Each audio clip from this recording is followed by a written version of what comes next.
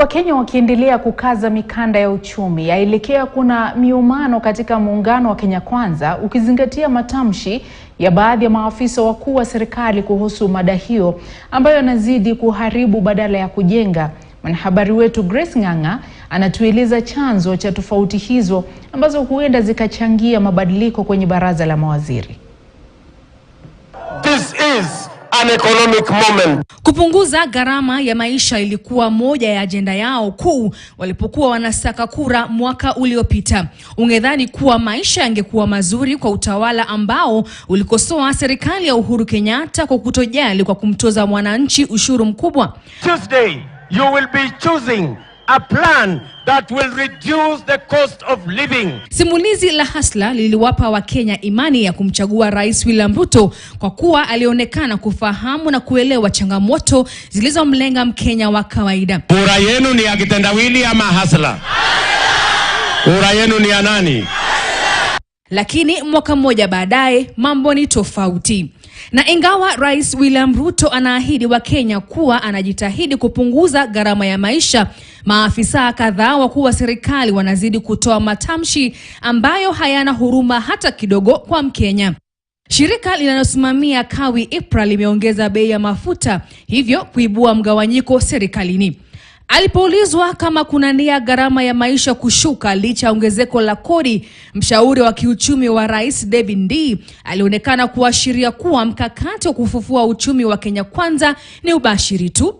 Nikimnukuu, mambo huenda yakatengenezeka au yakaenda mrama. Hakuna anayejua. Sisi tunafanya tunachodhani ni bora. Kikifaulu ni sawa. Kisipo tunasonga. Hata madaktari huwapoteza wagonjwa licha ya kufanya juhudi zote. Mwisho wa nukuu. Aliongeza kusema pia na nikinukuu, mimi siamini wanasiasa wala siamini serikali.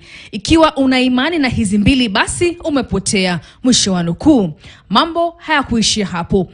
Waziri wa biashara Moses Kuria naye aliwaambia Wakenya wanaolalamikia bei ya mafuta kuchimba visima vyao vya mafuta. Sasa ukishinda kutoka asubuhi mpaka jioni, bei ya mafuta imeongezeka, si uchimbe kisima yako. Akiwa bungeni, waziri wa kawi Davis Chirchir naye alisema kwa sasa hakuna jambo ambalo serikali inaweza fanya kupunguza bei ya mafuta.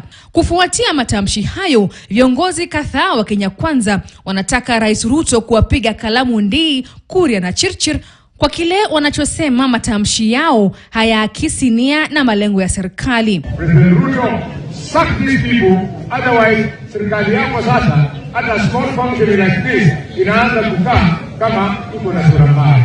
Na licha ya naibu Rais Rigathi Gachagua kuwapa onyo kali viongozi wa serikali kuwa na utu wanapozungumzia masuala ya gharama ya maisha. The Deputy President last evening on his return from his trip outside the country did admonish some of those people who are being insensitive to the difficult issue of the cost of living.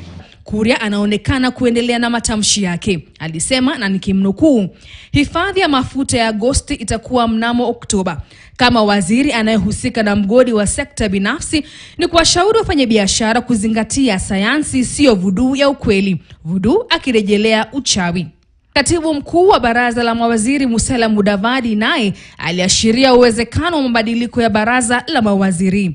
Grace Ng'ang'a, KTN News, Nairobi. Mbunge wa West